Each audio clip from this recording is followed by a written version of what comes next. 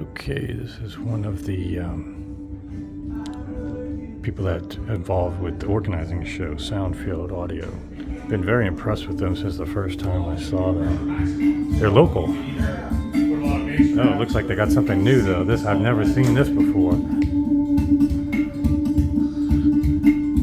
you have to be familiar with the tracks as well to make sure that you're not listening to a track that is fairly bass heavy to begin with. So. Nice. How are you doing? Sir, how are you? These are new. Oh, they always try to bring a little newness and excitement. So you're doing a line source here. I was asked to do a line source and bring it here so somebody could come here. This is actually really cool looking, and you found a way to do the cabinet structure. Any reason why you do the baffle angle in versus out, like? So you're doing like a horn. It's horn loading the line. Interesting. It's a line array, but it's horn loading the bottom end of the driver so it can be. Interesting. Did you get inspiration from anybody on that? Or? Because I haven't seen that. My 30-year-old physics textbook. Is that? Oh, really?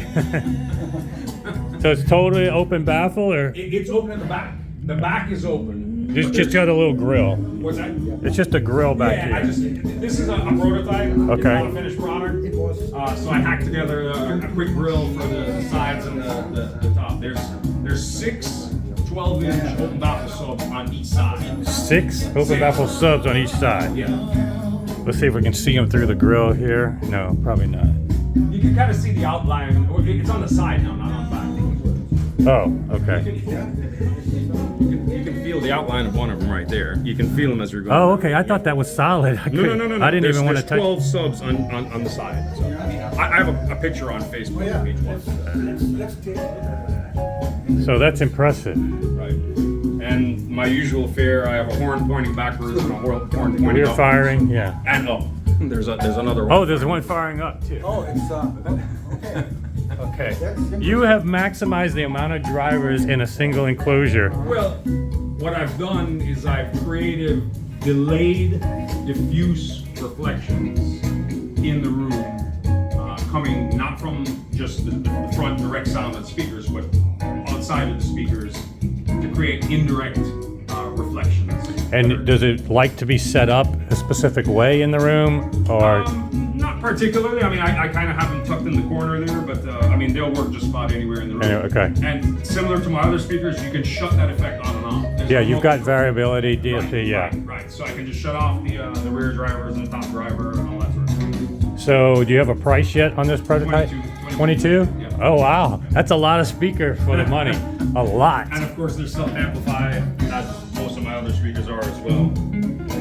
And typically line sources require a little less power to get the same. That's right. So So- each of those drivers themselves is about 94 dB sensitivity. So So by the time you combine 8 of them, you're up to about 105 dB. That's, yeah. Yeah. So you're not even having to drive it that. Well, there's an amp on the back. So you got amps in? Yeah, there's a 3. All my speakers are self-contained. You only need a source or a DAC or a phone to drive it. And then you're good to go. Right. So You just need a source of music. that makes the price point even better.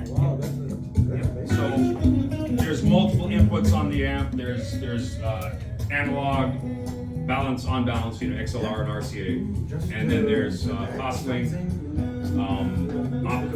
fiber optic, coax, Spin-offs, yeah, okay, right, yeah. and an AAS EBU. Oh, even that, Yeah, so okay. there's 3 different digital and 2 analog. Okay. That's impressive. You can see there's, like I said, there's a remote sensor on the front there. On the bottom? Yep. And so if I change, here's preset 1. I'll change preset 2. Oh, so yeah, so you can pre see. 2, Okay. And then pre 3, and it'll tell you which input you're on or whether it's muted, etc. Very nice. So this is sophisticated, much more than meets the eye. But very few people, I've never seen a horn-loaded line source like I have this. orders from already. You got orders already, huh? After day one? Well, no, even before I built them. Really? Oh, Folks because wanted me to build something like this? Right. I built other speakers for other customers, and they wanted a line array this time. So here's my answer. I like it. What kind of finishes do you offer? Anything other than this? Gloss, white, gloss. But you can see in the photos. Yeah, there, okay. The speakers I had here last year were gloss black. Those obelisks in the middle. And then I have gloss white. I can do any finish because I'm custom. So Right. Whether it's paint or whether it's wood. That's what I like. Satin, etc. I like to have a hand in what, Right. And so that on mine's top of unique. Yeah. having these on order already, somebody said, well, they're a little bit too tall. Can you make one a little shorter? I said, yes. So I'm going to make one that's only 5 drivers. And so on top, Okay. 5, so it's about 48 inches tall. What is the height on this? 70 something? 6'4", so Yeah, that's I'm 76 inches. I'm 6'2", so perfect for me. I can stand up and still listen. My head is not above the tweeter. So yeah, that's impressive. All right. Well, how does it sound from you? Pretty good. Pretty good. And this is a room with no room treatment, basically. Yeah. right. I don't. That's very brave. I design so that you don't need room treatments. I design so that the control directivity negates the need for heavy treatment on the sidewalls. Because you're mainly listening to the drivers and the speakers. Correct, Yes. correct. I was sitting back there, and it didn't sound good at all. Did you like it right here? Yeah. it's perfect. Good. Yeah. And The cardioid helps a great deal when it comes to room modes because it puts out 4.8 dB less pressure overall sound power than a box. Interesting. And the bass is canceling backwards. Okay. I think you have dipoles. You have dipoles. I have open baffle. Yeah. Open baffle. Right. So you know that an open baffle sounds quite a bit different than a box. Point source box, It yes. should need far less room treatment. You should have far less boominess in certain bass. Yeah. Now, where you may want to treat is some diffusion or absorption at the back of the room is never a bad thing, especially if it's close. And diffusion at the front of the room is also never a bad thing because it'll help scatter sound if you have a multipolar speaker like this one. So I'm not 100% against room treatments. I just don't think that in 90% of the cases, if the speaker is well designed, you shouldn't need as much treatment. Right. Well, and the reality is most people have wife acceptance factor issues as their own Right. tolerances for stuff on the walls. Right, And right. even they don't even know where to put it, you know. So even if you have a lot of it, sometimes it's not doing anything. You know, and Well, so I've shown some of that. You know, you had these little tiny things that you say, and there were bass traps against the side of his room. I said, well, you know, from a physics perspective, that's doing 0. I mean, wavelength is 60 feet long. Exactly, So yes. What do you do when the little thing right here is? It makes a difference. I said, all right, I'll tell you what. I'll do a measurement right here, Yeah. with it here and without it, and there was no difference whatsoever. 0, yeah. I said, and especially some of the egg crates, little stuff that it does literally nothing. right. Now, Yeah. what thin treatment can do, you know, not quite enough treatment, is it kills the highs. And some people may prefer that. I do not. I prefer a bit more of a spacious sound. I prefer to let the speaker, like the one that I brought last year with the wide and narrow directivity. Yeah, you can change. To change it to where if you wanted a bit more focused sound stage, you change the speaker, not the treatment, because you're stuck with the treatment. You're not going to get up every song. Go ahead, let me take it down for this song. You know, so. Yeah. Well, controlled directivity is something that more speakers should do because for different tastes in different rooms, people can legitimately choose one versus the other. Exactly. Some people like wider dispersion. Some people like horns, which are narrow. Some people like dipoles, which is back. Yeah, but if you've got all-in-one option, that's great. Well, yeah, I'm a big line source fan, but I've never really a horn-loaded one like this. I don't think I've ever seen one either. I think there's a really old speaker. I forgot that there were some speakers that you put on the side of the walls a little bit before my time, but it looked kind of like a horn, and I think it was a ribbon, but I'm not sure. I don't really care. I just do my own thing anyway. So. That's got to be a lot of work, though, for that price point. The amount of stuff just the raw materials of the drivers, but also that's not the easiest cabinet thing. Right. Well, I get the cabinets made for me, of course. Okay. And if I make them in quantities, then it's Well, less. it's going to be better. Okay. And you know, the drivers aren't anything that are super expensive. Those are the new Dayton Audio. They bought the rights from B&G Bowl. Yeah. Oh, they did? Yeah. So those are the same that I have in my Wisdom's, probably similar. They probably are. I think Wisdom used Bollinger, they used one continuous one, I think, ribbon. Yes. But yeah, this. Yes. So Dayton bought the rights from them and are redoing what was the Bowl Engraver Neo 3 tweeter, the Yes. Neo 8, and the Neo 10. But then they engineered this one themselves. This is kind of like 3 Neo 3 stacked. Yeah, this is like my Geo Research and Extremes. Right. This is the almost similar. Literally the same type of design, yeah, but just stretched vertically. So of course they go far lower than a Neo 3 can because it's three drivers essentially. Right.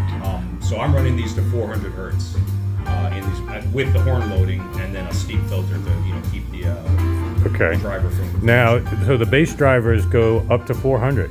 Correct. Bass drivers go up to 400 and down to about 20. And how big are those drivers? 12s. 12s? Yeah. Okay. So there's 12 12s in each speaker. Wow. That's a lot. That's a good deal, I guess. But with a line array, they're barely moved, so the distortion is very low. Putting a track you probably know and have heard a million times, or for better or for worse. And every time I've heard this track,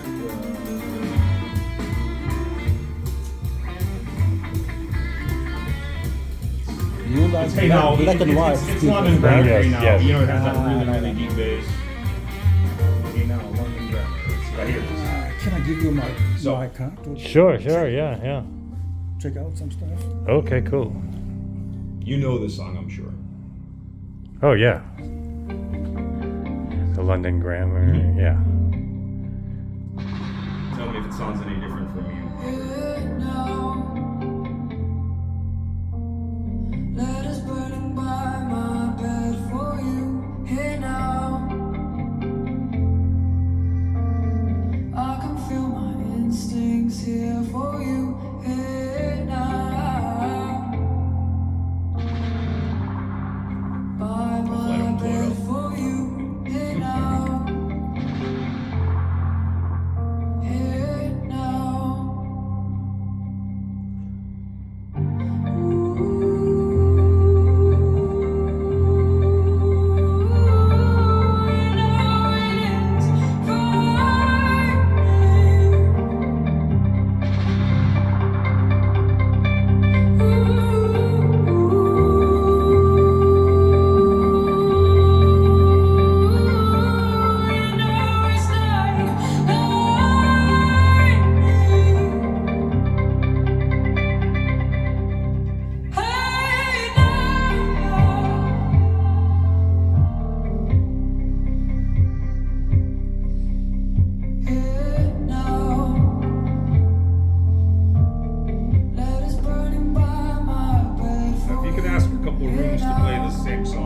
Yeah. When the bass kicks in, you can actually hear the air shuffling. There's a sound. The woofers are moving so much to produce this deep bass. It produces like a shuffling of the air sound. You can hear it around the bass. Interesting. With 2412s, they're barely moving, so you don't have Right. that. They're barely moving. It But stresses- on a typical loudspeaker, stresses, yeah, yeah. You can hear the ear Right. shuffling in front. So it adds an effect to the bass. Play it in a couple of rooms and ask them to play it at a decent level. And you will hear the ear shuffling in front of the driver, in front of the bass driver.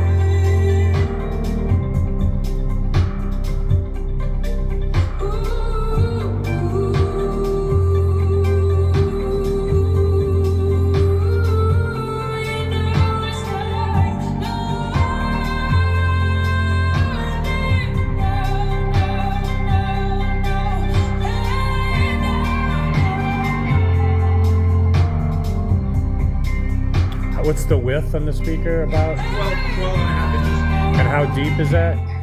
It's about 17 inches deep. Now the bass does add a little bit of width. The bass is 15. The bass has a little the bit. bass is 15 Okay. and about 17 and a half. It's about a little bit. But yeah, if you can tolerate the height, which Yes. usually isn't the problem, width in these mega speakers ends up getting Yes. very Yes. tough to put in. How much do they weigh? About 185, 190 pounds. Oh, that's not too bad considering all the things in it. Right. But it's Now- not modular. You'd have to carry it all in one piece. Correct. Okay. Correct. I That's- could make it in 2 pieces, of course. It wouldn't- If you do one for me, I'd probably have to request 2 pieces because I can't get that up my stairs. I understand. Yes. I had to build my GRE such screens in the room because there was no way to bring them up the stairs. So I can't even sell them if I want to. Wow. They're there permanently. Wow. Well, I mean, I guess I I've seen could. people, Mike Bovair, of course, from Suncoast Yeah, Audio. yeah. I've seen him Figure taking out. like avant-gardes to people's places, And he- and they had to take a lift and lift it to the window of And the move it second in. floor of the house to get it. That's into crazy. The house. Yeah, that's crazy. Through the window. I've seen that. Hey, Mike, how you doing? Good. How are you? So, yeah. All right, well, cool. This is really impressive. Thanks, sir. Thank you. I'll probably come back. I'll bring my friends Doug and Dave, and we'll do maybe some requested tracks and put it through the paces. Yeah. Absolutely. Absolutely. All right. Very good. Thanks. Thanks again, Jason. Always a pleasure, sir. Good seeing you guys.